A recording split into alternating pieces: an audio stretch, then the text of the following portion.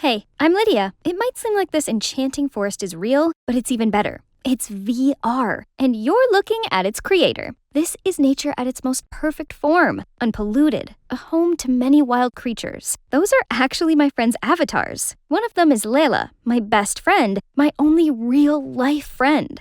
All the kids used to think I was a freak for my obsession with plants and nature. Then I met Layla, who was also a nature geek in the neighborhood. I knew right away that she and I were going to be best of friends. We loved all the same weird things, like pickled garlic and growing peppers to make pepper spray. We were basically inseparable, and with Layla by my side, I couldn't care less about what the other kids said anymore. But my world suddenly turned upside down when Layla graduated high school and had to move out for college. Saying goodbye filled me with sadness and fear. Layla was my only friend, and I would feel lost without her. So she came up with the idea of using VR to keep me company. Little did I know, it completely changed my life. VR opened a whole new world for me, giving me the tools to build the land of my dreams, a place where Layla and I could hang out and explore nature the way we used to. Soon enough, I quickly got a grasp on VR and became a big-name player in the game. Before long, my life was more virtual than reality. Suddenly, everything was black. I took off the VR headset and Mom and Dad were standing at the door. "Why are you still here? It's the middle of the school day, for God's sake! You've had your head buried in that game since your junior year. Enough is enough! You know what? We've been too easy on her. You need to get into a college at the end of the school year, or we will kick you out of this house!" Then how am I supposed to play VR? You know it's my life. "Not my problem. You're 18. It's time for you to grow up and face reality." Mom! "I'm with your dad on this. Now hurry up and get to school." Later, I reached out to Layla for help. "Why don't you apply to my college?" That seems like a good idea. I'd get to see you in person again. Right? You'll be out of your parents' reach, and it's an easy school to get into. They just need your high school transcript. Simple. Girl, say no more. Sign me in. Months passed, and it was finally college admission day. Man, it is packed here. Where could I find the school garden? There it is. But where's Layla? There was only a boy sitting here reading a book. He was literally glowing in the sunshine. He suddenly looked up and our eyes met. That was so awkward. Lydia! Oh my God, I'm so glad you're here. Finally, we've reunited after 2 years. Layla, I missed you too. Oh, you look different. The girl standing in front of me was totally dolled up from top to toes. What happened to her? Oh, I found my style ever since I got here. Don't worry, I'll help you out with your style too. But I like my style. Anyway, do you know what major you're in? I haven't decided yet. Better hurry up. Our school has a rule. To stay here, you have to choose a major within your first week. But no biggie, just go to my department. Greenhouse. I'm the class president now. Come on, I'll show you around. Then, Layla led me to her department infrastructure, and I was absolutely impressed. It was equipped with modern experiment and technology and exotic plants. Right then, a group of students swept past me and flocked around Layla. She introduced them as her new friends, but they just gave me the screening from head to toe, then straight up ignored me. Ugh, rude. Whatever. I need some alone VR time anyway. I put on the headset and doing some boxing moves, but accidentally knocked over something in real life. Layla, why is your friend wearing the VR thing and breaking our stuff? Don't you dare tell me she's from VR. No. She just uses VR since she's socially anxious. I'll talk to her. Lydia, listen, if you're going to become a greenhouse major, you have to lay off the VR a little bit. You can't be carrying the headset around campus, okay? I confusedly nodded my head. Isn't she also playing VR with me all the time, though? Afterwards, I went to get settled into my dorm room to find a girl playing my fave VR motorcycle race while riding her hoverboard. She's good, but I'm the boss of this game. Instantly, I joined the race and quickly passed her. But man, this girl was fierce. We ended up reaching the finish line at the same time. Whoa, that was epic! I'm Lydia, by the way. It's my first day and I'm assigned to this room. You must be my roommate? Yep, I'm Christine, class president of the VR department. You seem to know VR really well. How long have you been playing? I'm kinda new. Just started 2 years ago. Sheesh, you've got games, girl. Wanna join our department? The next day, Christine showed me around the VR department, which was full of the newest techs. Dude, this is so sick! Every week, we have an exhibition of new VR technology, and we mainly work and interact in VR. No need for awkward real-life convo. Besides, our department also joined the school annual creativity competition for the huge prize of $10,000, which we could use to develop more modern VR technology. Whoa! This place was heaven! Just imagine playing VR all day, every day. Holy moly. Can it be? Soccer shots enhanced? I joined in the game immediately and gave it a big kick, scoring a goal. Wait, did I break the pots again? I took off my headset to see a guy doubled over in pain. Oh God, I'm so sorry. Don't worry, I'm good. I'm fine. His face seemed awfully familiar. Oh, I remember you from the school garden the other day. Yeah, that was me. I'm Marshall. Thinking about applying to VR? Yeah, I'm Lydia. Lydia, I think you'd like it here. I suddenly felt my face getting hot when I was saved by a phone call from Layla. I quickly excused myself and ran right into her. Hey, I've been looking everywhere for you. There's a welcome party tonight, and you're definitely going. No party. Oh, come on. I'll introduce you to our research group. You've heard about the creativity competition for departments, right? Greenhouse is in it to win it. But no buts. Let's get ready. At the party, Layla dragged me to where the greenhouse kids were hanging out. They were still glaring at me. I should just leave, but on my way out, I bumped into Marshall. Hey, Lydia, I was looking for you. You dropped this handkerchief back at the VR department. It's from your grandma, right? Oh my God, thank you. But how come you know it's my grandma's? I just guess. I saw your initials on it. Hey, back off, you VR freaks! Stop talking with our new member. Poof, are you sure? This morning she seemed really fond of all our gizmos and gadgets. What are you talking about? Lydia, explain this! What's there to explain? Your pea-brain can't read between the lines, huh? Layla lunged at Christine and a fistfight broke out between them. That's why I don't fit in social gatherings. Hey, wanna get out of here? Yes, please. Marshall explained that there was beef between the VR and greenhouse departments. They were neck and neck for many things, especially the scholarship competition. But sometimes both went too far. The greenhouse put insects in the VR facility rooms, which chewed up all their cables.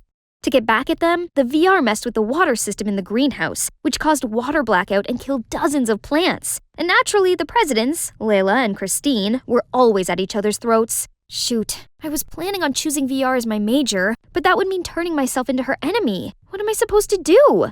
I tried turning back to VR to take my mind off things, but I could hardly concentrate. Lydia, why is your head stuck in the clouds? I've been thinking, I want to be in the VR department. Greenhouse is good, but I'm not sure it's for me. I just don't want us to be enemies. It's okay. We're still friends no matter what you decide. Just follow what feels good in your heart. Aw, she'd put me above all her rivalries? She hadn't changed so much after all. First thing the next morning, I went to apply to the VR department, then caught sight of Layla. Hey, Layla, I made my decision. I've applied for VR department. What? You can't be serious! Choosing VR would mean you're just throwing away your dream and living in an unreal fantasy. Unreal? It's more real than the cool girl with hot friends thing you've got going. And why would you tell me to follow my heart when you clearly didn't think I should? I told you that? I nodded my head, confused. I might have slipped my tongue or something. Just think about it again. Something was off. I swear she really seemed genuine yesterday.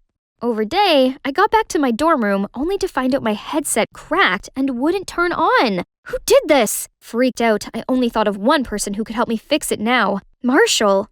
It would take a few days to fix it. Oh no, I couldn't pass a day without VR. I think you'll find something to do. Like what? You're more than welcome to hang here. Dang, this guy's cheeky. Suddenly, Marshall's phone rang, and he excused himself for a few minutes. I looked around his room and noticed 2 VR headsets on the table. Maybe Marshall wouldn't bother if I borrowed a spare set, right? As it turned on, my own forest appeared in front of me. Was he following me? I clicked on his profile to see. He was logged in as Layla, my friend Layla. So the Layla I've been talking to was not the real Layla, but Marshall? How long had this been going on? And did Marshall know me from the beginning? Lydia? I took off the headset to see Marshall standing there, stunned. What's this? Explain to me now. It all started when I got my department's pricey drone stuck on the roof of the greenhouse building. Layla was up there, so I begged her to give it back to me. She only agreed under one condition, that I had to use her VR account to play with you, without telling you that. At first, I only did it as part of the deal, but after a while, I find her the funniest, smartest, and most creative girl, and I couldn't help but spending time with you. You're telling me that this whole year I've been talking to someone I thought was my best friend, but it was actually just some random guy, and you have the nerve to keep lying to me? Marshall, give me my VR, and stop hovering around Lydia or she's gonna find out. She already did. Lydia, I can explain. Was it because of the stupid rivalry between Greenhouse and VR? What's so important about it that you had to lie to your best friend? You've changed, Layla, and I don't think you're my friend anymore. I stormed off, fighting back tears. I couldn't look at either of them any longer.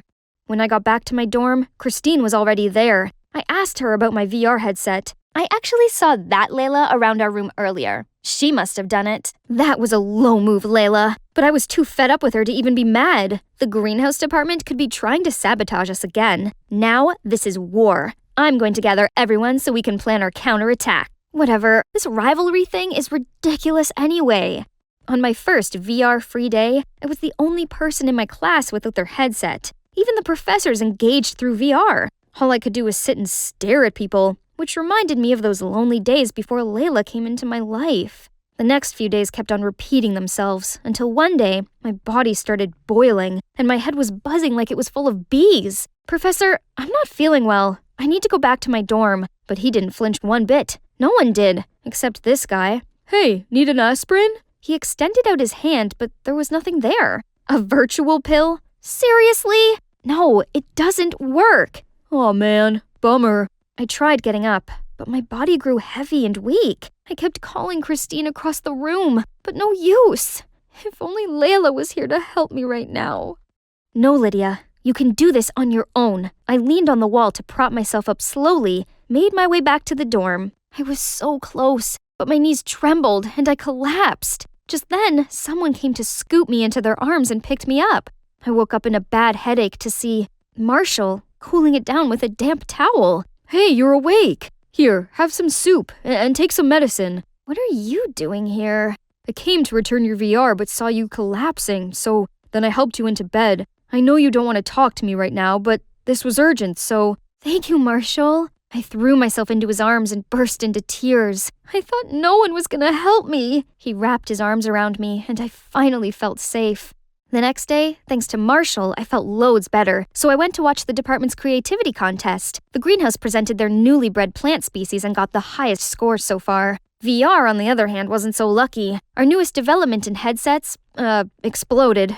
Christine didn't take it well. I tried to comfort her, but she just brushed me off and stormed away. Suddenly, Layla rushed towards me and pulled me into a corner. Lydia, I just want to say I'm sorry. Ever since I got here, I became the center of attention in the VR department, and I got so wrapped up in it. I had to give up playing VR with you. I don't know, Layla. Why couldn't you just tell me that? I didn't want you to be alone. You were always online, so I guess you didn't make any friends back home. That's true. This might sound ridiculous, but only now have I realized that VR isn't everything. No virtual reality can replace the real world, and real friendship goes through all kinds of ups and downs, but it lasts, just like you and I. I'm glad you realized that, and I just want to let you know, no matter what department you choose, I'll support you. Unconditionally. Thanks. But hey, why did you break my VR headset though? Your VR? No, I didn't do it. I swear. Then how come Christine blamed it on you? I ran down to my dorm to confront Christine, but she wasn't there, and she didn't return for the rest of the night. When I got to class the next day, I put on my headset and found the rest of the department ragging on me, calling me a liar and a traitor. Somehow, pictures of me and Layla talking yesterday were plastered all over the virtual world. The audacity of you to come back here. We already know the greenhouse department is using you to spy on us. It was you who messed with our invention at the department contest. Otherwise, how could it explode? They started booing and surrounding me, so I ran for my life. Until a hand grabbed mine. You could run for real, you know. Yes. At least I'm not the only one virtually running. We made it to the building's entrance, just as the greenhouse student dragging Christine towards us, and the VR students caught up with us. Layla, what's going on? We caught this girl starting a fire in our greenhouse lab with her hoverboard, then tried to flee the scene. What? Why would you do that? It's not on purpose, okay? Then tell us the truth. Now. Fine. So, a day before the department's competition, I secretly made an adjustment to the VR model, but somehow it caused an error and we ended up losing the prize. I was so mad that I decided to take it out on this greenhouse bunch. Last night, I snuck into your lab trying to take away all of your research, but suddenly, my hoverboard overheated and exploded, causing a fire to spread everywhere. I freaked out and left. You know the rest. Yeah, thanks to you, our lab was burnt to the ground. You're lucky no one got hurt. And you had the nerve to blame Lydia for losing the contest. I had to, otherwise the entire department is on to me. Oh, not just the VR department. Now everyone was furious at this crazy manipulative witch. What about my VR headset? Did you break it too? Well, that's just a little trick to get you and Layla to fight. You do belong to VR department after all. That means no making friends with Greenhouse. Right, guys? Guys? You've gone too far this time, Christine. And this rivalry thing is ridiculous anyway. Look where it got you. The VR students couldn't have agreed more. They immediately voted to impeach Christine from her class president role before turning her into the administration. They then apologized on Christine's behalf and offered to help the Greenhouse rebuild their lab. Of course, Layla and the Greenhouse department agreed. It looked like the start of a beautiful partnership. Within a few months, in collaboration with the VR department, the greenhouse was completely remodeled and renovated. No one even cared to mention the feud between the two departments anymore. And guess what? I applied for a second major in greenhouse. Double majoring was tough, but I had the support of Layla and Marshall, and our friends in both departments. Speaking of Marshall, he wanted to take me somewhere special in the real world. He covered my eyes and led me there. Now you can look. I could have sworn I was in the VR world, but I wasn't. I could feel and smell the flowers, the soft grass, and Marshall's warm hand holding mine. Lydia, I've been wanting to tell you this for a long time. I don't want to be your virtual friend, or even a friend in real life. I wanted more, so would you like to be my girlfriend? Are you kidding me? Yes, yes, yes! Hey guys, I'm Feather, and I look just like any other 16-year-old, right? Actually, my life as a teenager is far from ordinary since I have hemophilia, a rare disease in which my blood doesn't clot properly, so even a simple graze could be fatal. My parents are so worried that I might hurt myself that they keep me safely shut away in this mansion. In fact, I've never left it. Money isn't a problem to them as they own this massive energy corporation, so to compensate for me not being able to go outside, they make sure I get anything I ask for. My giant playroom is cool, right? Not only that, but I also own a dressing room with hundreds of cute Lolita outfits. And an enormous pantry full of my favorite snacks that I can enjoy at any time. You see, there's honestly nothing to complain about, except I suppose it does get a bit lonely sometimes. Until one morning, I was woken up by a screeching noise coming from downstairs. Are you kidding me? Do you want to burn my throat with this or what? What's going on here? I went over to the living room and was stunned to see a girl sitting way too comfortably on our couch. I was still trying to figure out who she was when she suddenly said, "You, standing at the door, get me another glass of cool water. Now." Taken aback, I instinctively went to get her water. Then the girl finally looked up and seemed startled to see me. "Oh my, I'm terribly sorry. I thought you were just one of the maids." Turns out she's Katie, the daughter of Mr. and Mrs. Forger, the two scientists that are collaborating with our family's corporation. My parents arranged for them to stay here to facilitate the research on the upcoming project. When I told her about my life and condition, she seemed really surprised. "Oh, Feather, it's as if you live in your own tiny world. There are already flying cars out there, and they've just invented time machines too. You're missing out on so much." "Really? How come no one told me about this?" "I'm just joking, silly. Whoa, you weren't kidding about not leaving this place, were you?" Then she started telling me about some of her favorite things to do in the outside world, such as watching the latest movies in the cinema, going to the mall where she could actually try things on before buying them, or attending all the fun festivals. It all sounds so cool. We chatted for ages, then I showed Katie around the mansion. Her reaction when seeing my dressing room and the playroom was seriously priceless.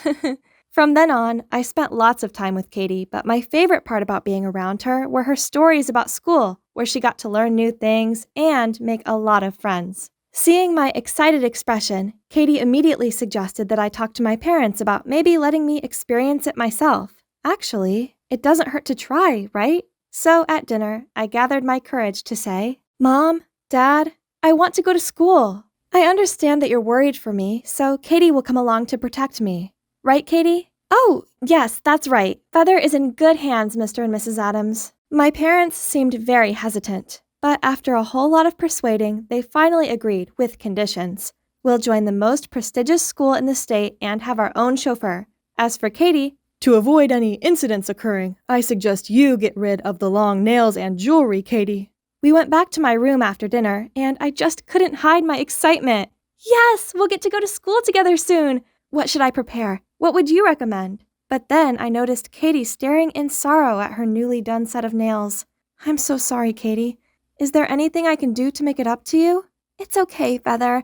What matters is that you're able to go to school, and I'm so happy for you. It's bedtime anyways. I'll head back to my room now. I'm so lucky to have a friend like her. As I was indulging in my thoughts, a familiar voice startled me. Hey, I heard you two are going to school. Are you sure it's safe? Katie doesn't seem all that trustworthy. That is none of your business. You're just jealous that I've made a new friend while you're still lonely, aren't you? In case you're wondering, this guy is Liam, the butler's son. He was my childhood best friend and used to come to the mansion every day for homeschooling and to spend time with me. But we had some petty argument and I hadn't seen him since. Well, at least not until now. He was about to ramble about something else, but I slammed the door in his face. I wasn't going to let him ruin my mood. What I need to think about is my school day that's coming up. Oh my, it's so exciting. I really can't wait. We are going to Edgewood High today. So I decided to wear my favorite Lolita dress as Katie suggested. Oh, I almost forgot, Mr. Freddie. He's been my best friend since childhood, and of course he had to come along with me on this big day. Katie also said I should try introducing him to everyone. That would help me make new friends faster. Such a brilliant idea. Whoa, we're finally here. Hey, Katie, how do we find our lockers? Hey, Katie, when is lunch? Hey, Katie, do you know who's going to teach us? Oh my God, Feather, stop asking. Everyone's staring. I didn't even notice. It's probably because we're new. Hi, I'm Feather. Or maybe it's because of your extravagant outfit. Before I could say anything, someone spoke up. That's a lovely dress. Oh, you're right. They do seem to like my dress. I waited for everyone in the room to settle, then confidently introduced myself. Hi, everyone. I'm Feather, and this is my best friend, Mr. Freddie. As soon as they saw Mr. Freddie, everyone burst out laughing. I didn't know what was so funny, so I just awkwardly laughed along. After class, I asked Katie why our classmates laughed earlier, and what she told me was unbelievable. They were making fun of me. It's so sad to know, but I guess not everyone can be as nice as Katie. She also told me to dress down next time to attract less unwanted attention. It's a bit upsetting, but I guess I'll have to do what's best. So I listened to Katie's advice and ditched the OTT dress.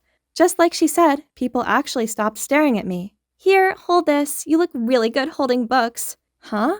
That sounds kinda weird. But it's fine though. She probably wanted my help but was just too shy to ask. After the morning classes, I went to buy a bunch of lollipops, and that might look odd to Katie, so I let her know about how lollies are my special anxiety remedy. People here seem to be quite judgy, which got me a bit uneasy. You want one? Aw, poor you, but no thanks. By the way, I'll have lunch with David today. You know, the cute jock in our math class. So you're on your own this noon, okay? Then she quickly left without waiting for my response. I didn't know having lunch alone was so boring. Everyone has their own group, except for this one guy wearing a hoodie and a mask. Hi, can I join you? But he didn't even reply, just stood up and moved to another seat. Did I do something wrong? Feeling the anxiety taking over, I immediately took a lollipop to calm myself down. And it's doing a wonderful job at making me feel better. But suddenly, someone snatched it out of my hand. I chased after him, but slipped on someone's foot and fell hard on the floor. Panicked, I burst out crying, and I heard the guy that took my candy say, Feather the toddler. Then everyone laughed at me again. Luckily, a guy spoke up. Stop this nonsense. What are you going to do if she's injured? Oh wait, it's the weird guy from lunch. He checked on me to make sure everything was fine, then quietly went back to his seat. I didn't even have the chance to ask for his name before the teacher came in. This guy was so strange, but there was one thing I didn't understand. Why was Katie also laughing? Back home, Katie came to find me in the playroom, and I questioned her about the incident earlier, and she quickly apologized as she thought they were just joking. She then suggested going shopping and offered to buy me something to cheer me up, and so I agreed immediately. We went to the mall the next morning, and I had the best time. We had iced coffee and some delicious pudding. Katie also got me an adorable little hair clip, and so I bought her a bunch of new clothes in return. We were about to head home when Katie said, Hey, Feather, I have a cousin whose sneakers are falling apart. Would it be okay if you helped me get him a new pair? Of course, anything for my best friend. Making my best friend happy was the most wonderful feeling in the world. I'm so grateful to have such a lovely person like her to come into my life. But then the next day, I walked into class to see Katie being all lovey-dovey with the boy who took my lollipop. So that's the David that she mentioned, and on his feet were the brand new sneakers that were supposed to be for her cousin.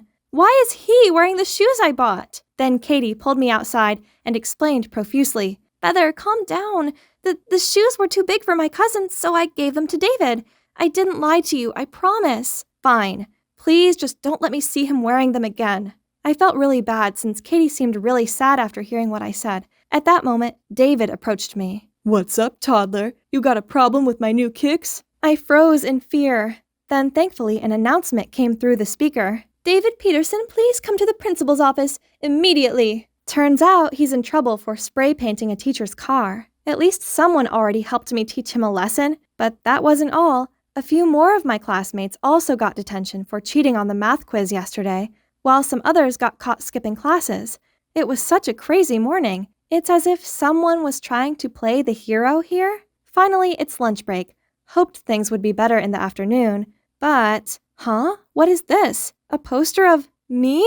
It also says underneath, Feather the toddler is the snitch. Katie took a look at it and said that the best way to deal with these kinds of jokes was just to play along. I'm not sure about that, but it seems like the only way now. And so, I climbed on an empty chair in the cafeteria and started speaking loud and clear. May I have everyone's attention, please? Hi, I am Feather the toddler, and I am proud of it. Instead of getting the response I'd hoped for, what I got back was food. The whole cafeteria was laughing and throwing food at me. I covered my face, trying to dodge it, but the floor got slippery from all the greasy food, so I ended up falling. Oh no! I scratched myself! I could only lay on the ground out of pain. People finally stopped as they saw me bleed. All I could vaguely hear was a familiar voice calling my name. I woke up in the hospital to find Liam sitting next to me. Feather, you're awake. Do you feel pain anywhere? Well, Liam? Why are you here? Where's Katie? Katie? You're still worried about Katie? She's the one who was behind all this. She told the principal about your classmates and told everyone it was you to make them hate you. What? How is that possible? Turns out the guy who was always wearing a hoodie and mask was Liam. Liam had always been suspecting something shady in Katie's behavior. So, after failing in warning me about her, he decided to look out for me himself instead. I cried and tried to hug him despite the pain on my arm. Then Liam showed me a shocking video of Katie talking trash about me to everyone. Oh, why was Feather carrying my books, you ask? It's because her parents work for my family's corporation and she'll do anything I tell her to as long as I give her some money. Seeing the anger and also disappointment in my eyes, Liam calmed me down and said he had a plan to expose my so-called best friend. When I returned to school a few days later, I stormed straight over to Katie. It's you! You're behind it all! I already know everything. Stop being ridiculous, Feather. You got busted and now you're trying to blame me. Drop the act. No one's falling for it. At the end of class, Katie suddenly gathered everyone. People, head over to the lecture hall. I have something very interesting to show you guys. Oh boy, I wonder what else she has planned. Liam and I quickly followed the crowd and found Katie standing on stage. Oh, Feather, I'm glad you're here. This is about you, after all.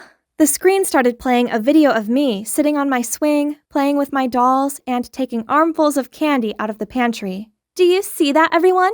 Feather is just a toddler in a teenager's body. Such a weirdo. I was waiting for everyone to start laughing, but the crowd stayed completely silent. Then Katie hesitantly continued, Not only that, she's also the poser who snitched on us. Then, to her surprise, the angry crowd started booing and shouting at Katie, saying she is the evil snitch. Then they turned to me. Your rooms are actually pretty cool. I wish I had a snack pantry like that. It's so awesome. Katie sounded panicked as she continued talking more trash stuff about me, but no one listened. Turns out, Liam had set up a group chat in which he'd posted proof of Katie's actions, including the video of her talking to David, and also pictures of her coyly walking out of the principal's office after she must have snitched on everyone, and her putting up that mean poster about me. Katie, you're the one embarrassing yourself. Everyone knows that you're a snake in the grass. I trusted you, and what I get back are all these lies and schemes. I feel so ashamed for ever calling you a friend. As Katie looked around at the unimpressed-looking crowd, she realized her game was up, and quickly fled the scene. Later on, we arrived home to see my angry-looking parents standing next to Katie's mom and dad, who had all their luggage packed ready to move out. Yes, Liam had already told them everything. In the end, Katie's parents made her apologize to me. Only after a lot of persuading did my parents let them keep their jobs. I never saw Katie again, but I did make a bunch of new friends that I invite around sometimes. The snack pantry is a big hit. Now, I wear whatever I like without worrying about being judged. Most of all, I'm enjoying my school life, and it's all thanks to the help of my trusty soulmate. It was the middle of the night, when flickering lights and clattering sounds awoke me from the most wonderful dream. Through bleary eyes, I saw my frantic parents peering over me. "Sweetie, you have to leave England right now. We've received a death threat." Death threat? What happened? Hurry up and pack your things. We don't have much time. But where am I going? And what about you guys? To the US. For now, Elise, you go by the name Chloe Stewarts. Remember, if anyone asks, you don't have anything to do with this family. At least arrange a comfy place for her, will you? Sweetie, I know this is hard, but we'll get you back as soon as this is sorted out, okay? Seeing Mum and Dad this worried, I tried to keep calm. I told them I'd be fine, and quickly left for the flight. I felt so unsettled about all of this. What would America hold for me? So here I am at Phillips Academy, and I'll be staying in that room. Hopefully, I'll be safe here for the time being.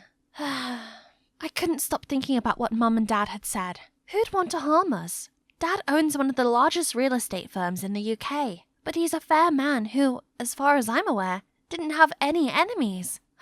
This is all so crazy. I needed some fresh air, but there was a white shadow dangling outside that reads, "Get out!" Suddenly, a strong wind blew, making me step back and trip over a skull. Why is this here? Then the whole room echoed with this horror movie-like sound. My head was spinning when I spotted something. Ha! These tricks can't scare Elise the Fearless. I was about to destroy this thing when... Hey, stop! Who are you? Who are you? This is my bedroom. What are you doing in here? This room is not just for anyone. Who are your parents? I was still trying to steer away from his suspecting gaze when someone knocked on the door.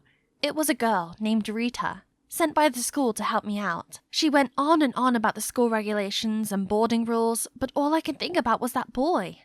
Any questions? Oh, not quite. I mean, the security here might be a little questionable. Aren't there any safety measures for the balconies? Actually, this is the only room here with a balcony, and it's quite eerie at times. Be careful. Anyway, here's your schedule for this term. Welcome to Phillips. Eerie. It was definitely a little weird. Is it because of that boy? Is he trying to scare people out of this room? According to the schedule Rita gave me, I have my first football practice today. But why are they all dressed funny? Everyone looked at me as if I was an alien and laughed their butts off. Here we call that soccer and this football. Ever played it before? Oh yeah, I forgot. I'm in the States now and they have different names for loads of stuff. How embarrassing. Don't sweat it. It's actually kind of cute of you.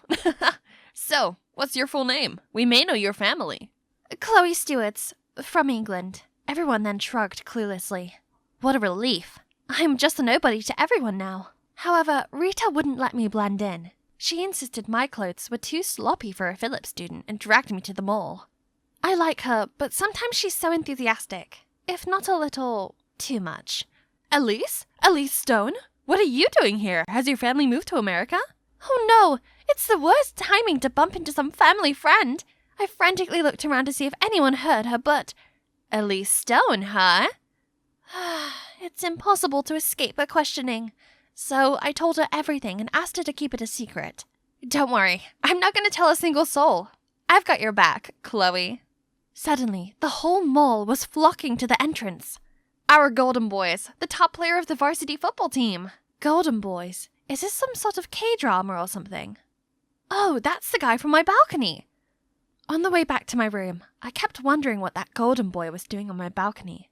When I found myself in a haunted house. What's that? Oh, this buddy was from today's biology class. As I carried the skeleton to the corner, I got caught in some toy spiders. Jeez. Suddenly, there was a streak of light from the balcony. Oh right, I forgot to close the door today. So this annoying intruder sneaked in. Again. Hey, soccer girl. Impressed. Why are you trying to scare me out? What do you want? Well, I'm right next door and this balcony's always been mine. But since you moved in, I've lost the spot to chill. That's it? I mean, I'm staying here for just the time being and I don't really need a balcony. Plus, the less trouble, the better. If you want it that bad, then you can have it. But only the balcony. Please don't ever come into my room without my permission again. Sure thing. But since it's mine now, you can't just walk into my space either. Deal. That's settled then. This door is now officially the border between us. The next morning, I was carrying the skeleton back to the equipment room. Someone bumped into me and accidentally sent the box flying. Oh no, what a mess. Watch where you're going, you and your stupid thing. You were the one running around. Maybe slow down when you're in the hallway wouldn't be a bad idea. Are you talking back to me? You... Hey guys, chill. Right then, the girl pushed Rita to the side, but someone caught her just in time. Grace, why are you picking on the new girl? And you too, Aaron. Come on, man. I don't care. She better apologize to my boyfriend. Drop it, Grace. Are you okay? I know moving to a new country can be hard, so if you need anything, let me know. I was still flustered by his overly friendliness when Rita dragged me away. You know Jeffrey? No, I literally just met him. Oh, sorry. Jeffrey is actually my boyfriend, but we've not gone public yet. Oh, that explains things. I told Rita to rest assured, as I'm not interested in him. I also found out that he's the head boy. No wonder why he knew everything about everyone, including a newbie like me. But as long as I go by Chloe Stewart's, it shouldn't matter, right? But apparently what matters to Grace, the mean girl, is another story. After that incident, she wouldn't stop playing dirty tricks on me. Oopsie, I'm such a klutz sometimes. Another time, I noticed other students giggling at me in the hallway. I didn't know what was going on until Rita took off a piece of paper and stuck to my back. This was such a Grace thing to do. Ugh, can she stop acting like a 9-year-old? But nope. As I was going to class, she threw a snake at me, startling me so much I almost fell over. But thankfully, a hand came just in time to catch me. Jaden!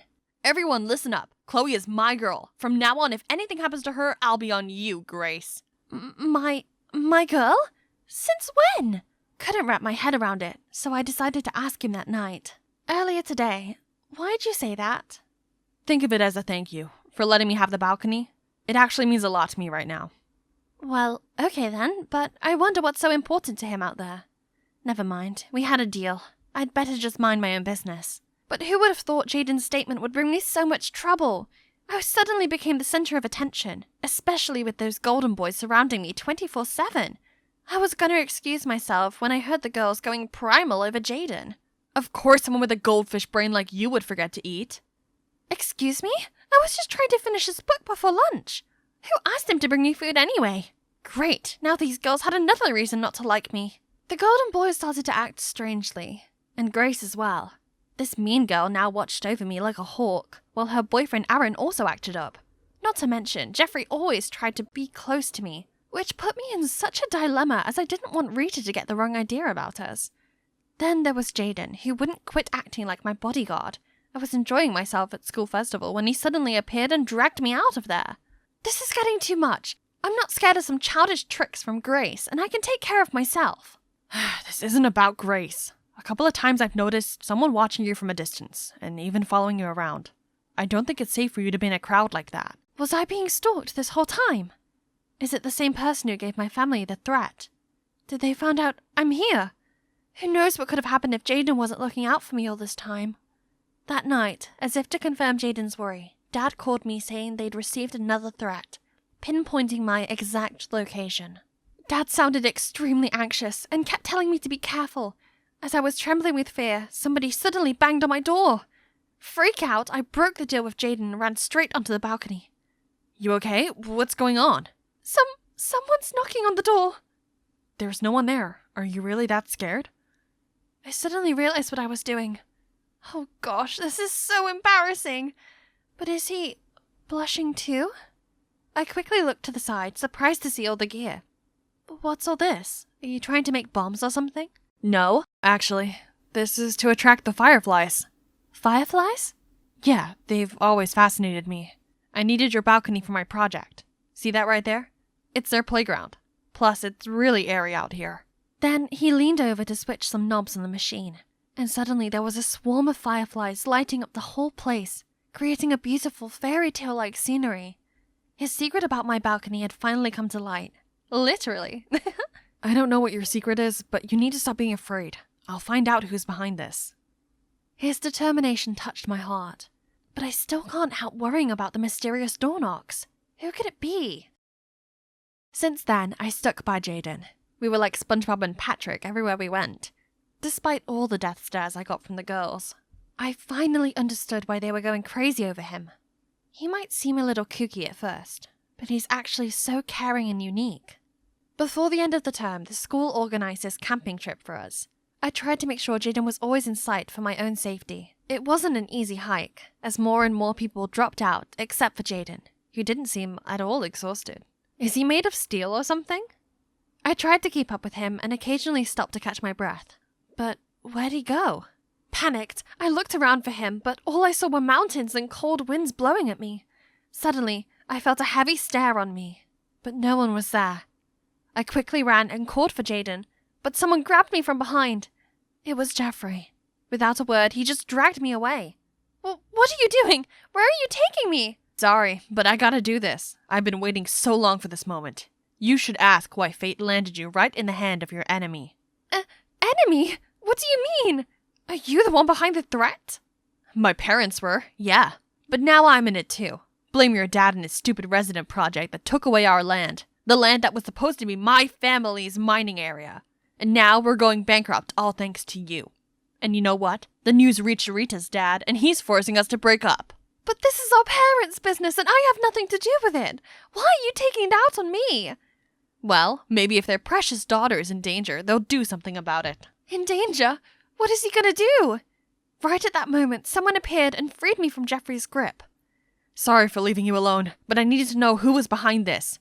You stay out of this. This is none of your business. You need to calm down. Don't get yourself in trouble because of your parents' mistakes. Jeff, you've worked so hard to become head boy. Are you just gonna throw everything away? Jaden's words seemed to touch him, as we saw Jeffrey fall to his knees. I'll talk to my dad. I'm sure he could help you guys out with the business. Our families have always been close, and we've got you, Jeff. Seeing Jeffrey break down, I felt bad for him. What he did was awful, but his parents never should have put him in this unfair position. That evening, Jeffrey seemed deep in thought when he suddenly dragged Rita out for a private talk, leaving everyone confused. Grace and Aaron then also left. I took a deep breath and filled my lungs with fresh air, when suddenly all the fireflies appeared in the sky, followed by Jaden. I know this is your call, but if you're willing to stay here instead of going back to England, I promise to take care of you. I looked at Jaden, beaming against the beautiful skyline, and I couldn't help but feel my heart beat a little faster.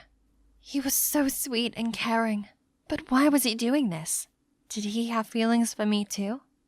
Right then, Rita and Jeffrey came back. Jeffrey apologized for scaring me, while Rita also said sorry for not keeping my identity a secret. What's done is done. Let's just enjoy this gorgeous sight in front of us. The next day, as we returned from our camping trip, we all arrived at the hall for a school notice. But when I arrived, it was just my homeroom teacher and classmates there. We just heard from the principal you're going back to England, so we organized a small party for you. I hope you had a good time at Phillips. Everyone also wished me luck on my journey, but Jaden didn't even bother to say goodbye. Suddenly, all the lights went out, followed by the candles, and Jaden. I respect your decision to leave, but I just want to let you know, I really like you, and no matter where you go, I'll be thinking about you. Actually, Jaden, I'm staying here. I already told my dad, but... That's all I want to hear, Elise Stone. This school is so boring. All they do is talk nonsense and do nonsense things. Worse still, I feel like I can never escape them, as some of them live in the same neighborhood as me. But you know what the most annoying thing about my life is?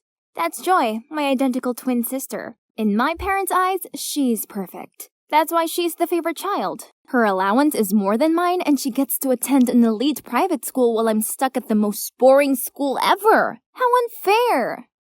With a sulky face, I walked into my room whining. I think having identical daughters means our parents forgot that there's actually two of us. They've never picked me up from school. Don't be absurd. They just took me to collect my dress for the school gala.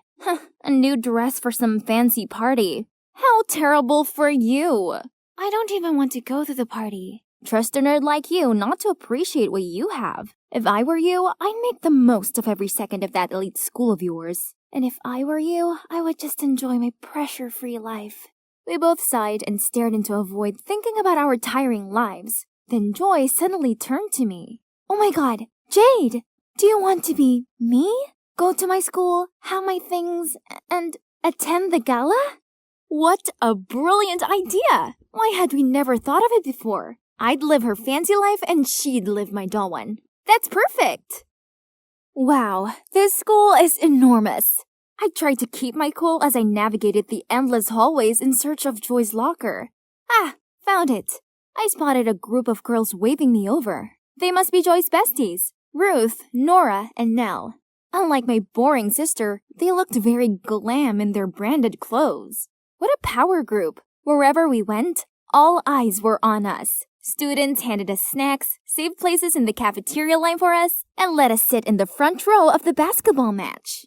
These girls were so interesting. Bet I fit in with them way more than Joy did. Talking about Joy, she somehow loved my boring old-fashioned school. I'd never heard her chat that much in my life. About how nice my friends were, how easy all the lessons were, and how cool the school bus was. Joy's friends were so much fun, and they did cool things. For instance, they always had shopping dates and bought each other expensive gifts without question. One time, Nora, the richest girl in the group, didn't hesitate in going into Kate Spade and buying the new release handbag for Ruth. I thought this was pretty awesome of Nora. But then something happened that made me question the group dynamics. Ruth told me that she liked the red velvet cupcakes at the bakery near my house, and she asked me to buy her some. I was happy to do it, but the next day, when I brought the cupcakes and told her the price, she burst out laughing. Joy, my dear, I don't care how much they cost. That's your concern. Then she turned to Nora, showed her a picture of a cute but expensive skirt, and told her to order it for her. Hang on. Had she always been thinking it was acceptable to order us around like this? I don't understand why an innocent bookworm like my sister would hang around with this cunning clique. They don't study at all. During the test, while I was still randomly circling the answer, Ruth kept on kicking my chair and urging me to let her copy my work. And as soon as the teacher turned her back on us, she even snatched my answer sheet. Huh? What's with that attitude? I took a look around and saw both Nora and Nell were also copying another girl's paper against her will. Rude! After the test, Ruth came up to me, hissing. Have you forgotten our deal? Huh? Deal? What could it be? Well, I guess I would have to put up with Ruth for as long as I was Joy, so I could return everything to her in roughly the same condition after the gala. What I really should do now is just to enjoy this elite school life, right? So, I didn't join Ruth and her minions for lunch, but bought food from this super cool vending machine instead. They even had pizza. But the machine made these weird sounds. Ugh, I think my food was stuck. So I kicked and tapped it. But it still didn't work. You dare get into an altercation with the pizza machine? You must be starving. Oh my god. This basketball boy was the most handsome guy I'd ever seen in my life. I was too lost in his eyes to realize the dumb machine had finally delivered my lunch. This gorgeous guy then leaned towards me and my heart skipped. Oh, Cupid, I wish I was the one he picked up instead of the pizza. Here you go. Right before I could react, someone snatched the tray and pushed me aside to enter between us. Thanks, Hayden. Want to share lunch with me? Huh, excuse me? How could she steal both pizza and a boy from me? The boy took my pizza from her and said, Thanks, but I'd like to share this with this cute, starving girl instead. I'll buy the drinks. Wait, was he asking me? Then yes, 100% yes! Leaving a furious Ruth behind us, we walked to the bench table nearby. So, he's Hayden, the captain of the basketball team. We talked so much about our favorite comic books and even played basketball for a bit before classes. That was my best lunch ever. After school, I was about to leave when Ruth stopped me. Didn't anyone ever tell you not to mingle with Hayden? He's not wealthy. We have high standards about who deserves to be around us. Duh! Huh? She sure seemed to swoon over him earlier, but now that he'd turned her down, she decided he wasn't worthy? This girl's mindset really didn't sit well with me. As soon as I arrived home, I told Joy everything. You should listen to Ruth. Hayden must be bad news. I don't care what Ruth thinks. How come you do? Is it 'cause of this deal you have with her? Not your business, but stay away from Hayden. I don't want to get in trouble. Ugh, these vague hints were agitating me. What was it about? But whatever the deal between Joy and Ruth was, I wasn't going to let it get in the way of my blossoming romance with Hayden. Today, me and Hayden had arranged to meet at lunch again to play basketball. I excitedly walked out of art class just as the girl fell and dropped her painting set around my feet. I immediately picked them up for her, when all of a sudden, a boy's hand covered mine right before someone stamped their feet on our hands. It was Ruth. It was her who tripped up the poor girl too. She did all that on purpose to hurt me, but Hayden got there just in time to save the day. What do you think you're doing? Feeling too embarrassed being caught red-handed, Ruth couldn't do anything but give me a spiteful look before leaving. I couldn't believe that Hayden did that for me. His hand was swollen, but he just kept checking if my hand was okay. How can Ruth be so horrible? Because she knows everyone's ugly secrets, and she uses them to control people. Joy, she knows your secret too, right? No. I'm not sure, but I don't care. No matter what that secret is, she's gone too far. Don't worry, I got your back. So will I. Oh, I'm Katie, by the way. From then on, I no longer hung out with Ruth and her minions. But I kept quiet about this to Joy as I didn't want her freaking out and making us switch back places early. The more time I spent with Hayden, the more I found myself liking him. I wanted to confess to him who I really am, but I can't. At least not yet anyway. Katie is really nice to me too, and she introduced me to her super sweet friends. Everything was just perfect, except my grades. Well, I didn't dare to tell Joy about this either. My study was pretty bad, and it literally ruined Joy's straight-A record.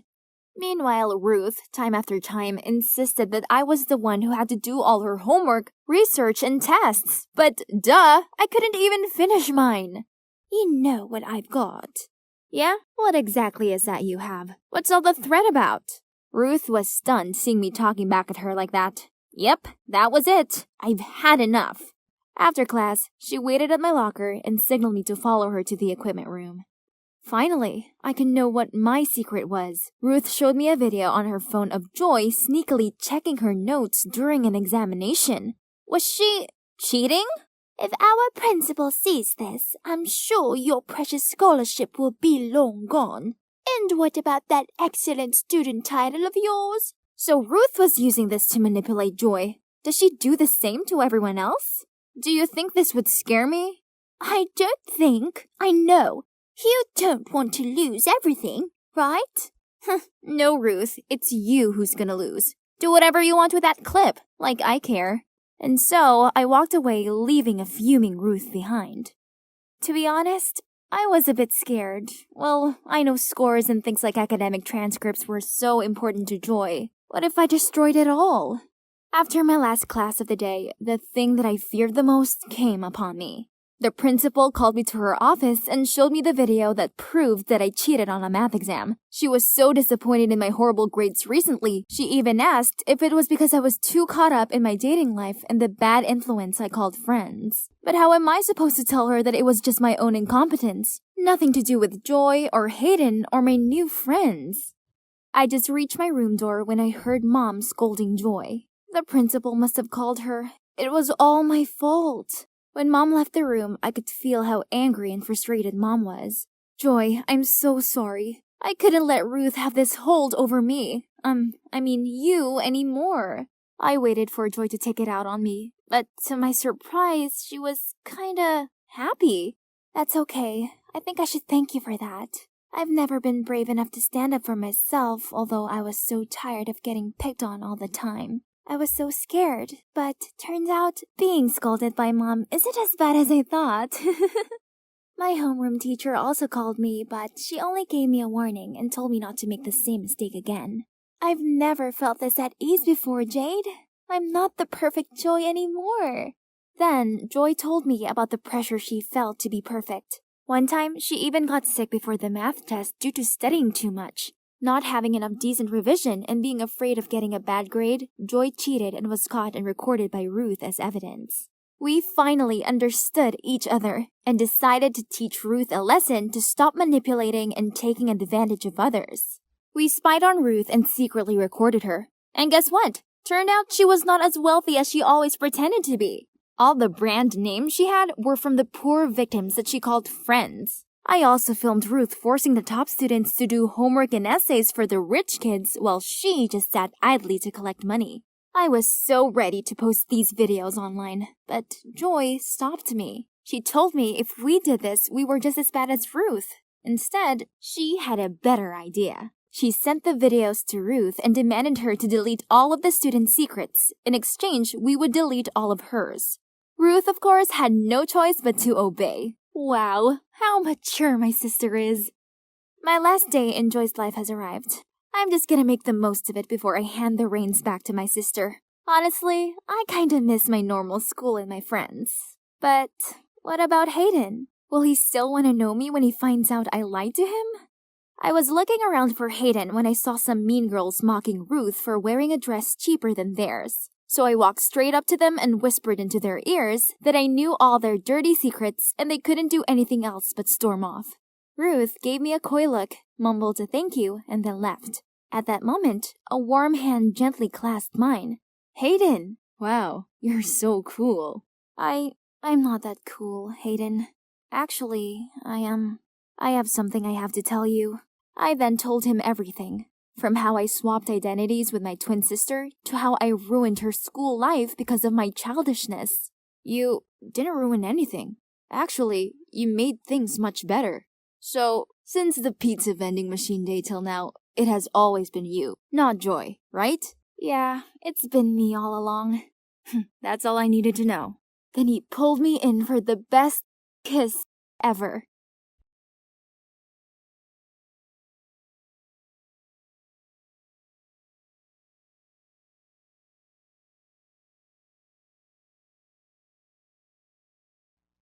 Why is he always late? I've been waiting for my boyfriend Kevin for the last half an hour. I craned my head to see if he was coming, but the only people around were a cuddling couple. I watched the guy kiss his girlfriend on the cheek, then led her over to the Porsche parked nearby.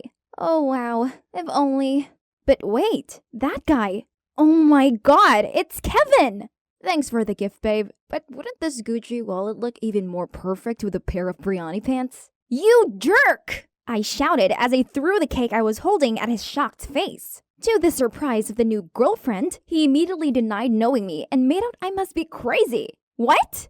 However, once the girl got in the car, he turned to me. We're done. You may have a pretty face, but you're just some poor little orphan. What did he just say? Poor little orphan? I trusted him. I loved him. But it turns out he was just a lying, cheating gold digger. My heart ached through this betrayal, but I still had to drag myself to work. Oh, I forgot to mention, I'm Linda. I've lived at this orphanage since I was little, and my job is to take care of the vegetable garden.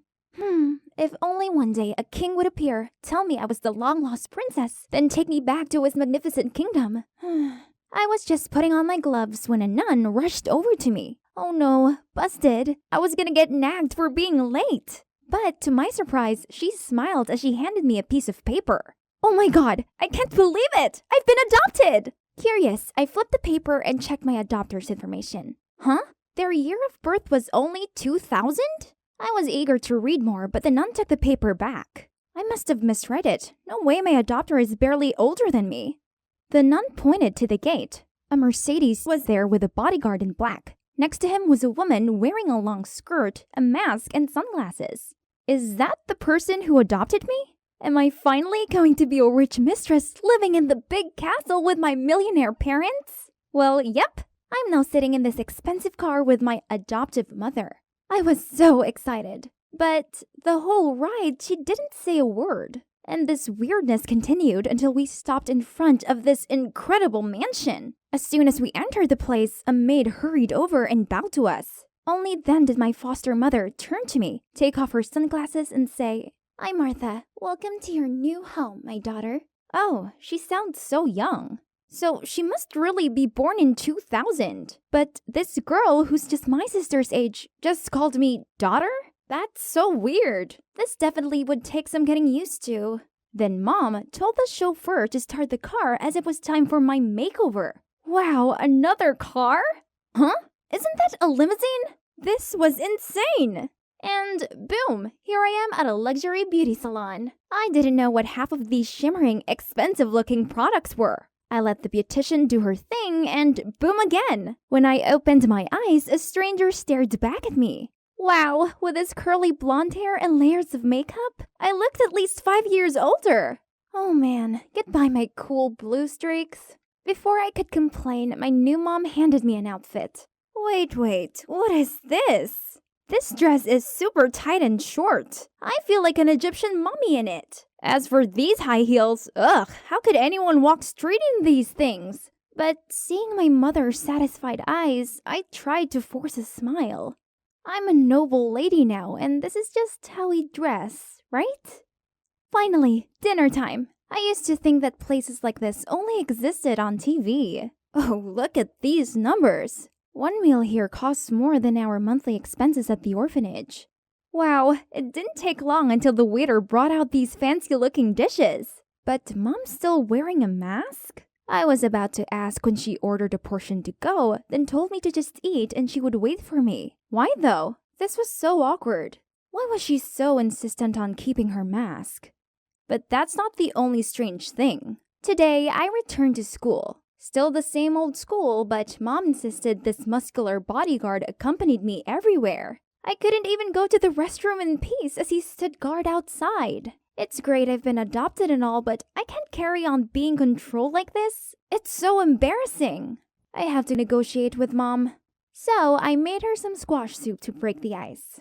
I knocked on her door a few times, but no response. So I opened it, intending to leave the bowl on her table when suddenly someone held my wrist. It was Mom. She looked at me with scary eyes. How dare you enter my room without permission? Where are your manners? I made some soup for you, and I forbid you from entering my room again. I will not repeat myself on this. Okay, geez. Why was she so sensitive about it? I wonder what she was hiding there. So, that was a failure, and I still have this living statue following me everywhere. It's lunchtime, yet thanks to him, no one would ever sit with me. I needed to escape him before his presence suffocated me. What should I do?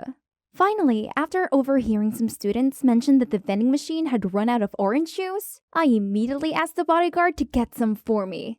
Ha! I'm sure he won't find any even if he dug up this whole school. Success! How great it is not being supervised by that giant rock of a guard. I was in the field joyfully chatting with 2 of my friends, but I didn't even get to finish my story before the bodyguard showed up again. Great, now you've scared my friends off. There he goes again, being all silent and still. Ugh, this was so annoying. I need to set up a date to apologize to my friends about that incident. And of course, we have to finish the gossip we were talking about. But how could I possibly avoid my bodyguard? Aha! I just sneaked out of the kitchen's back door, and there's only this fence left between me and freedom. Oh no, the stupid alert system! The bodyguard was rushing toward me, but thankfully, I made it through. But then, oh snap. Before I could process what was going on, Mom was glaring at me and gave the guard an order. Take her back to her room, immediately! As soon as I was tossed back into my room, Mom started yelling. What is this rag you're wearing? Maids, throw this ghastly clothes away at once. From now on, you'll only wear what I allow you to. And you must not go outside without my permission. Is that clear? Then she slammed the door shut. What? Why was she being so unreasonable? I couldn't live like this. I needed to talk to her. I barged into her room but didn't see her anywhere. I took a look around and noticed a picture of a girl, but why does she look exactly like me? Who is this person? What's happening here? Mom angrily sprinted towards me and grabbed the photo frame. I tried to take it back, and as we were pulling about, I quickly took a chance and snatched her mask. Surprisingly, her wig also came off. Oh my god, Martha looks exactly like me! Except there's a mark on the side of her face. Martha, what's going on? It took a while for her to calm down and tell me everything. Turns out she was due to marry her dream man, but then she was diagnosed with hypochromia, a condition that affects red blood cells and can result in skin pigmentation. She worried if her fiancé found out, he would cancel the wedding. Then she found a picture of me that my orphanage posted on their fan page. Stunned by how similar we looked, she came up with the idea of asking me to replace her on her big day. What? How dare she use me like a tool? I was about to leave, but then she got on her knees and started sobbing. Please help me. I must marry him. Then you can go home. I have lots of money. You can have as much as you want. Please, this marriage is everything to me. I'm truly in love with him. Martha looks so pathetic. I couldn't leave her alone miserable like this, so I agreed to help her. She then shared her Instagram account with me so I could contact her fiancé. So I went on my first date with this man called Elias, wearing a Bluetooth headset connected to Martha's. 5 minutes had passed and he hadn't noticed I was a fake. That was a little strange, huh? Is there something on my face? Why are you staring at me like that? Oh, sorry. It's just you look even more appetizing than this beefsteak. And you're far prettier than the last time we met, Maddie. Every time I set eyes on you, I feel myself blossoming. Ugh, I know. It was a cheese fest. But hey, I was just doing my part here. Then suddenly, Elias sighed and gave me this sad look. My dad is seriously ill and is in the hospital. Right now, we're in a very difficult financial situation. At this rate, I don't know if the wedding will go as planned. So, it would be great if you could help me. Yes, of course. I will help you. Don't worry. Oh boy, what a simp Martha is. As soon as I delivered the line, Elias immediately got up and said he must go to the hospital to take care of his dad, leaving the bill to me. Something about all this seems fishy to me. The next day, I waited for Elias at a cafe. He was late and rushed in, looking all flustered. Honey, did you wait long? You have the money, don't you? I gave Elias the bank card and a small gift box. I wanted to cheer you up, so here's a little something extra. Yeah, Martha had begged me to deliver this gift box to him by hand, saying that his family situation must have stressed him out tons, so she wanted to comfort him. What a rich people thing to do. Oh, a Rolex! Pumpkin, thank you. This watch will surely go well with a Valentino shirt. What a pity I don't have one yet. Wait, I think I'd heard this somewhere before. Oh my god, he sounded exactly like that douchebag Kevin. Was he just using Martha for her money? I decided to pry further and find out. Is your dad better? I would like to visit him. Which hospital is he in? Elias looked confused. He fidgeted with his watch, unable to meet my gaze. My dad's fine. You really don't need to visit him. So you don't have to worry about the hospital bills anymore, right? Oh, no. I haven't paid his bills yet. I can't... I'm just kidding. Of course, it's yours. Now I'm sure he's no different than my gold-digging ex. I couldn't let this guy continue to take advantage of Martha. I went home and told her right away, but she refused to believe me. Stop talking nonsense. Now, take this cake to him at once. He must be so exhausted after looking after his sick dad. This would be a sweet surprise for him. I struggled to carry the huge cake to Elias's house. Then I saw him standing there arguing with another girl.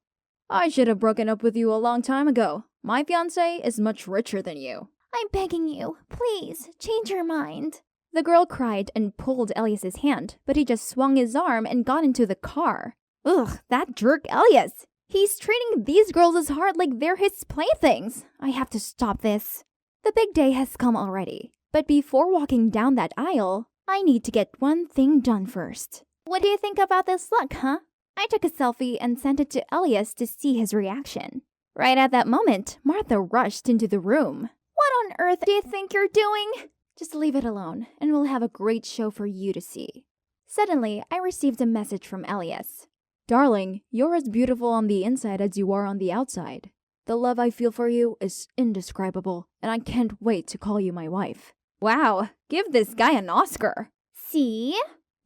Oh, really? Then let me show you something even more interesting. Right at that moment, I received another text.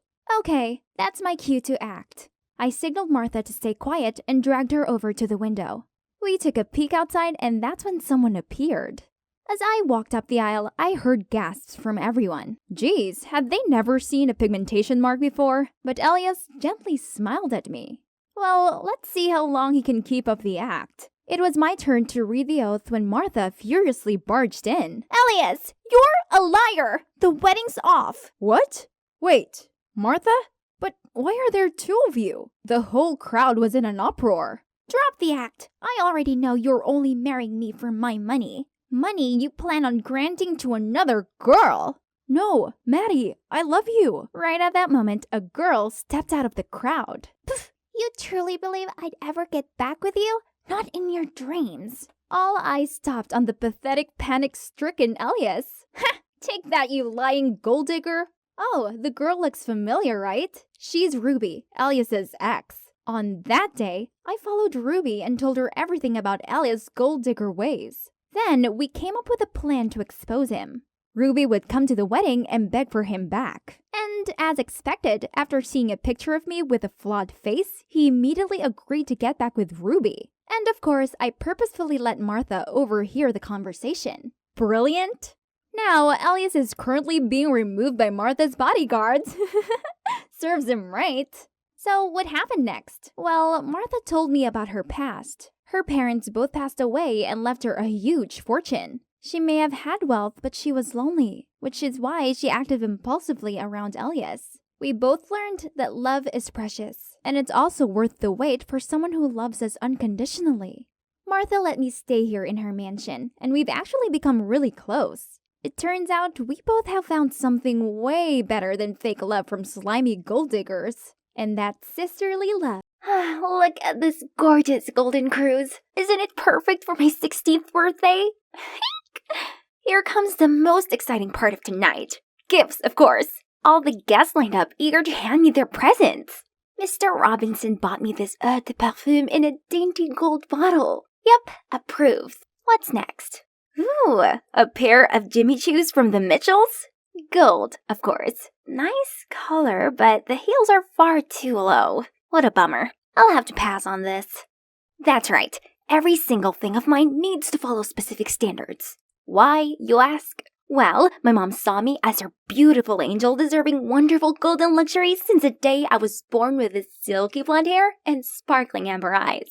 So much that she immediately changed my nursery interior to gold, along with all my baby clothes and toys to match my features. Throughout my childhood, Mom continued to spoil me with life's wonderful golden luxuries. One time, I asked for a piano, then voila! A grand classical one made from pure gold appeared. Can you believe that? Another time, I said I wanted a pony. Then, without hesitation, she took me to a farm to meet Goldie, my new mare with the shiniest golden coat. Mom, thank you so much. Honey, gold is the symbol of power and divinity. You must always remember how special you are and never accept anything less than perfection. And those are the words I've been living up to. Back to my birthday party. It's time for birthday cake! But the flowers are pink. I want it all gold. Chef friends, please scrape them all out and replace them with gold ones. I couldn't believe my birthday was almost ruined because of that. Mom patted me on the shoulder to comfort me, while Dad just gave a disapproving look. It's just a cake, Lola. How are you going to fit in out there if you insist on being so picky? Maybe you should join a public school to open up your eyes a little. School? That's not a bad idea. Always being homeschooled meant I didn't have any friends. Even the guests today are all my parents' business partners. But Mom opposed the idea immediately as she didn't want me to go through any hardships. Don't worry, Mom. I'll choose a school that fits all my standards. Pretty please. And, of course, she couldn't say no. So, here I am, negotiating straight up with the principal. I suppose painting your locker gold and bringing a personal chef to school and such are doable, but I'm afraid we don't have a private piano room. Then build one. Also, we only have outdoor sports field and swimming pool. So, just install a roof? Don't expect me to play sports in the scorching heat. Miss, unlike your previous tutor, not all the teachers here have a doctorate degree, be bilingual, and in their early to mid-30s. In that case, no biggie. I'll just find another school then. No, wait. Give me time. As long as your family sponsors the school as promised, I will definitely make it happen. There you go. Finally, it's my first day of school. Immediately, all the students already swarmed around me in awe of my noble vibes and fashion sense. No surprises, as this school needs a serious makeover. But wait, that blonde girl looks pretty neat. Ooh, she even carried a yellow Chanel classic flat bag. What a coincidence. Mine's a limited edition. I went to talk to her right away. Her name's Beth, and we just naturally clicked after a brief chat about fashion and cosmetics. Seemed like I found myself an amazing bestie. Every day after class, I took Beth on shopping sprees at Saks for bonding. I got her all the clothes and accessories in gold and yellow, just like mine. I even talked her into bleaching her hair to be bright as mine. We're basically twins now. There's just one problem. Wherever we went, the boys followed. If you go out with me, I'll give you the latest Gucci collection. Sorry, I just bought the whole store. I can pick the stars for you if you want. Is that so? And what should I do with those useless rocks? My dad just bought me a Ferrari. I can take you anywhere. Good for you. Too bad my Rolls Royce is there. Bye. Why do they have to make such a scene? There's no way I'd fall for those idiots. I want my Prince Charming who meets all my golden standards. How about just letting everyone know my ideal type? Then I can suss out the pyrite from the real deal boyfriend material. With no time to waste, I created an Ask Me a Question story on IG and asked Beth to cooperate. Now all I have to do is to list my requirements. The next morning at school, all of the dorks finally left me alone. Oh, except for this guy. Hey, Sugar Plum, I can be the man of your dreams. So, this is Josh, captain of the soccer team. Also the hottest boy here. It seemed he met all of my standards. Is he my perfect missing piece? I was dead wrong. During our date, he blabbed on non-stop about how terrible it was for him for being too rich and too handsome. Ugh, how I longed to shove the steak right into his mouth and go home. But I suppose he did meet my high standards, so maybe I should give him another chance. The next morning, during PE class, Beth dashed toward me, holding a super duper stinky shoe. Lola, Josh lied to you. He's not 6'4". Look at this nasty hiding crease insole. He's only 6'3". Ew, gross. Babe, I'm sorry. I only did it because— That's enough. Take this stinky shoe away from me. We are over. And so my quest to find true love is at a dead end. Again. Yet, surprisingly, luck had smiled on me once more. Later that day, I came to the practice room as usual when my favorite piece of music reached my ears. Oh my, what a heavenly sight! All of a sudden, I felt my heart skip a beat as I unconsciously walked toward that boy. Seems like someone has a really good taste in music. And your skills? Not so bad either. Well, as long as you open your heart to feel its soul, not just learn the notes. Then he stood up and walked away, not bothering to look back at me once. That was a bit snobby, wasn't it? Yet, strangely, I stood there dazed. But wait, who am I to swoon that easily? Let's see if he met my standards first. Beth helped me to find out more about him. Turns out he's Connor, the new transfer student who's trying out for the basketball team. So, I immediately went to Ken, the captain, and whispered in his ear, asking him to come up with an excuse to make Connor get a physical exam. At my personal doctor's office, of course. The result is finally in. Natural blonde, no baldness, check.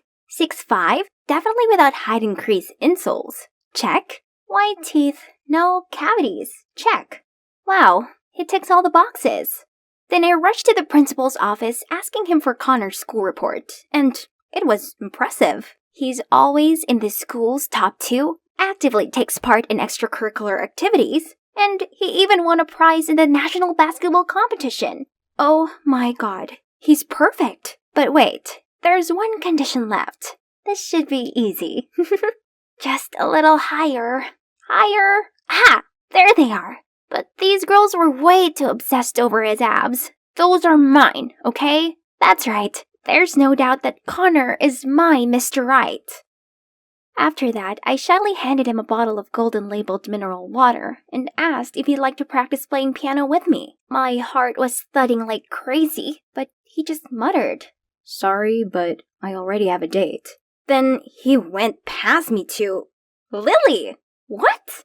That nerdy girl with 0 social skills? There's no way I can lose to her. I immediately told the principal to switch all my classes to Connor so I could easily approach him. My amazing advisor Beth also helped me devise a super detailed step-by-step strategy. Soon, Connor will get over boring Lily and fall head over heels for me. First step, scent attraction. Beth told me that Connor loves this no-brand perfume, so I sprayed a bunch of it on and confidently walked into class. But why do people keep sneezing so much? Even Connor was also frowning and holding his nose. Hey Lola, you didn't shower this morning, did you? Spraying a whole bottle of cheap perfume won't help. Then the whole class burst into laughter. Ugh, how humiliating. Okay, plan B. Beth suggested a grand confession. Great idea. So when school ended, the cheerleaders and I started a formation right in the middle of the entrance to ask Connor out. But before he could react, a girl suddenly lost her balance and dragged everyone down on top of me. Ouch!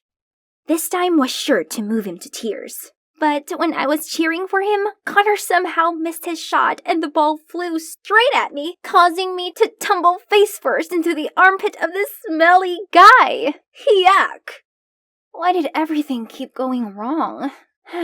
Suddenly, I bumped into Josh. He grabbed my hand and started begging me to take him back. He said he tried all kinds of ways to grow taller and actually managed to reach 6'4" now, so I should stop pursuing Connor and become his princess instead. Jeez, I'm really not in the mood for this desperado. Let go of me!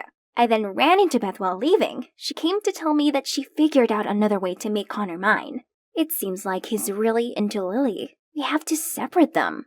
So, I called Lily to a corner and told her as long as she stayed away from Connor, I would buy her whatever she wanted. You know, not everything can be bought. Connor isn't interested in you, so you'd better give up. You're just annoying him. What? I didn't expect quiet, nerdy Lily to say that to someone as lustrous as me. Lily's words had been bothering me all day. Was I wrong to continue pursuing Connor? Suddenly, someone ran past the window and splashed an entire bucket of paint onto Lily. I sat there baffled at what had just unfolded, when Connor immediately took his jacket off and covered Lily up. You're behind this, aren't you? You've really crossed the line. Stay away from us. Wait, he thought I did that? It's true I didn't like Lily, but I just wanted her to stay away from him. I never wanted her to be covered in ghastly purple paint. But the worst was yet to come, as the next day, Connor arrived at school with pitch black hair. Your beautiful hair. Why did you ruin it? But Connor just tutted at me and tried to pull Lily away. You know, there's so much more to Connor than his hair color. Do you even like him for him, or just because he happened to meet all of your absurd standards? If you're really into him, why not change your standards for him? I was speechless. Lily was right. I really thought all those standards were enough to make up an amazing boyfriend. Then I realized how Josh had what it takes. Still, I didn't want him. I only wanted Connor. Let's go, Lily. Someone this naive and spoiled will never understand what true love is. Leave her to her scheming. Wait, why do you keep insisting that I'm the one who harmed Lily? Drop the act. I know that paint stunt was just one of your many dirty tricks. Beth's already sent me the video where you failed to bribe Lily. Huh? Beth? Why did she do that? I was still clueless when suddenly the principal called Beth to his office. I rushed there to find out the culprit splashing paint on Lily was caught, and he revealed that the mastermind was Beth. At first, she tried to deny it, but when the boys showed us their texts about the deal, she had to tell the truth. You stole everything from me. Before you came here, I was the it girl, but now people only see me as your replica. Why are you so obsessed with that hideous golden color and your stupid standards? I can't believe Josh actually likes you, while I was the one by his side when you dumped him. Huh? So Beth liked Josh all this time? She even accepted to date him in secret. But turned out Josh only treated her as a side piece while he tried to win me back. If I can't have Josh, you can never have Connor. Unbelievable! So all this time, I'd let a fox guard the geese. I couldn't bear this place any longer, so I skipped class and went straight home. That night, on seeing how upset I was, Dad came to comfort me. I cried and told him all about my love life and friendship troubles. Honey, maybe it's time you saw others differently. Those standards don't mean anything. You should open your heart and allow yourself to see the good in people. Dad was right. I was so dead set on them that I couldn't see the true nature of the people around me. I chose Beth and Josh based on those standards, but both of them let me down. Meanwhile, Connor deliberately broke them, yet I couldn't shake him from my mind. The standards were like my music sheets. I played each note correctly, but I was so caught up in the practical side of it that I'd forgotten to embrace the soul. So the next morning, I went to apologize to Connor for the troubles I caused him and Lily. I just want you to know, I really like you, no matter what color your hair is. But may I ask you one question? What is it about Lily that you like so much? What? You think I'm dating Lily? She's my cousin. Uh-oh, this is so embarrassing. But wait, in that case, does that mean I still have a chance? Do you remember when you were 10, you participated in a children's piano contest? A gold necklace was stolen from the hotel you were staying at. Yeah, I just have a vague recollection about that incident. The suspect was a blonde boy, a female employee's son, but I noticed the necklace peeking through a man's pocket instead. Leave the boy alone! This man is the thief! So that kid was Connor? He was grateful and super impressed with the innocent and righteous girl back then that he recognized me right away the day we met again. However, when he saw how cocky I was, he thought I'd changed for the worse and ignored me.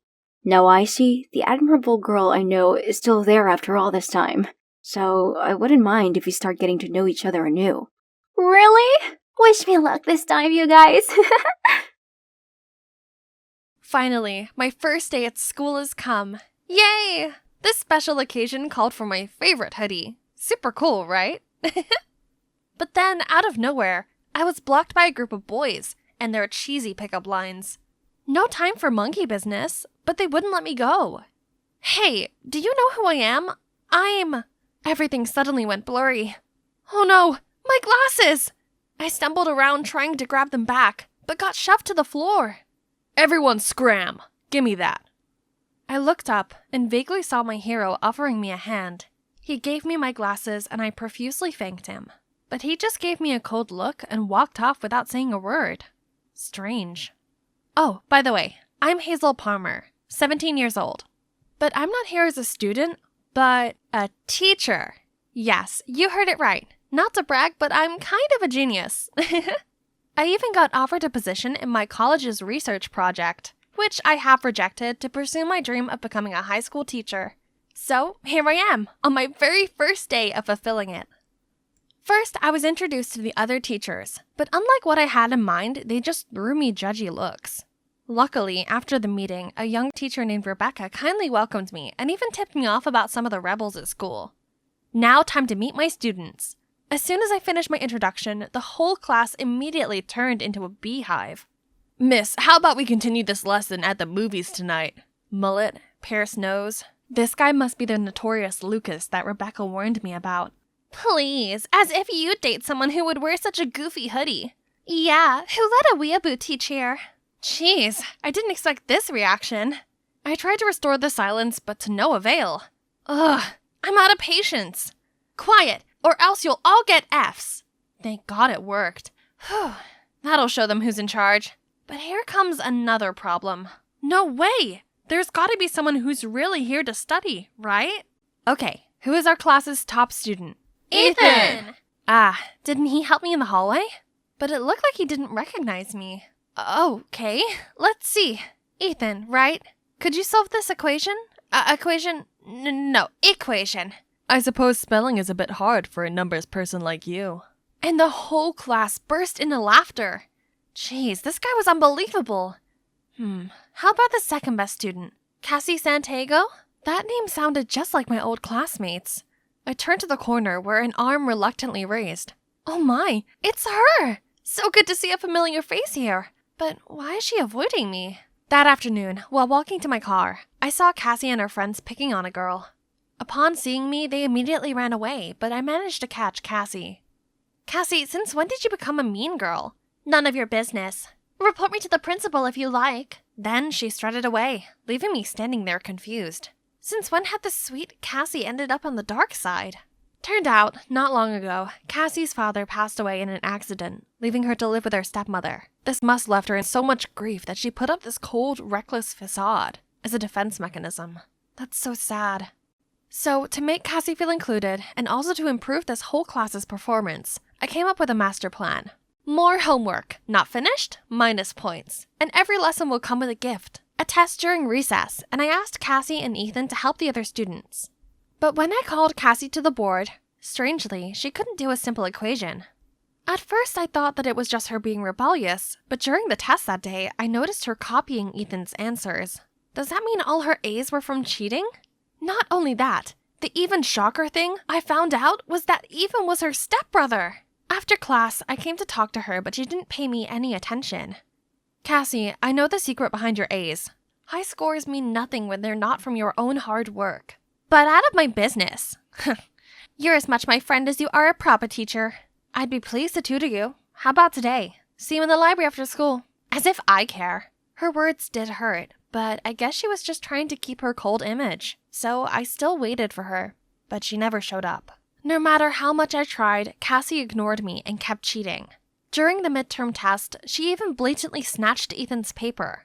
It's true she's my friend, but I couldn't let it slide any longer, so I dismissed her test. That had to be done.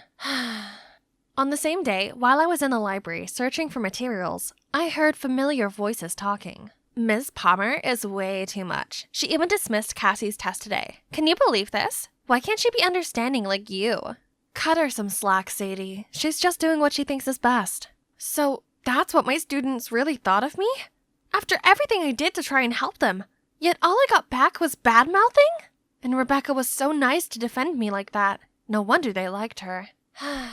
A few days later, the unexpected happened. Cassie, Lucas, and a few others came and asked for extra lessons. Finally, they started to have another eye on studying.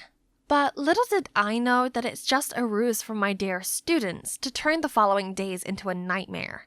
And the instigator was Lucas, I supposed. One day, I almost fainted upon finding a huge ant nest inside my bag.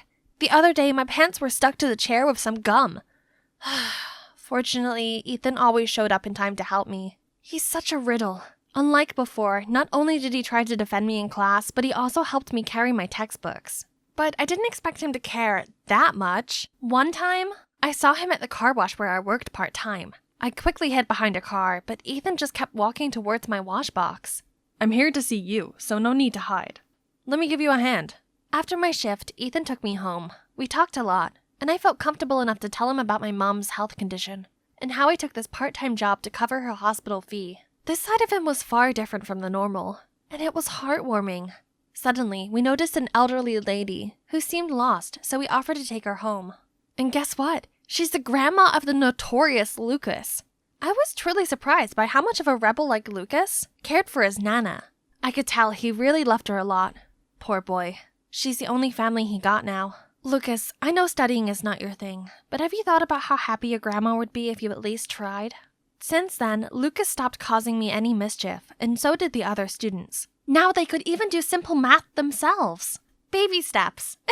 Seeing my effort finally bore fruit, I set up a parent meeting to report students' progress. Halfway through my presentation, a photo of me cosplaying as Sailor Moon popped up on the screen. Oh my god, why is it here? How dare you let this childish thing teach my kids? Then she stormed off, followed by everyone else. I thought I finally had my students on my side. Turns out I never did. Then came the last straw, my mom's medical test results. I couldn't help but cry, letting all my bottled up emotions out. Then, suddenly, a hand laid on my shoulder. What's wrong? My mom's health turned worse, and she needs an urgent operation. I'm sorry to hear that. It's all gonna be okay. Be strong, Miss Palmer. I appreciated him comforting me, and when I felt a bit better, we decided to leave.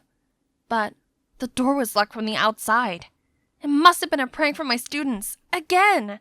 We tried banging the door and screaming for help, but eventually gave up and waited for someone to come. This quiet atmosphere sure does have a way of making people open up, and I got to know about Ethan.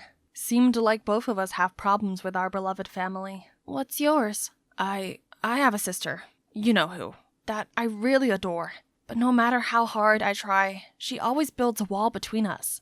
Oh, wasn't this the first time Ethan talked about his personal life? He always put on a cold and distant mask, but I knew deep down he had his struggles too. I was so absorbed in his story that I forgot about being locked up and gradually fell asleep until a buzzing sound startled me, and countless phone cameras were pointing at us. Guys, check your phones. Look what Miss Palmer and Ethan have been doing this whole time.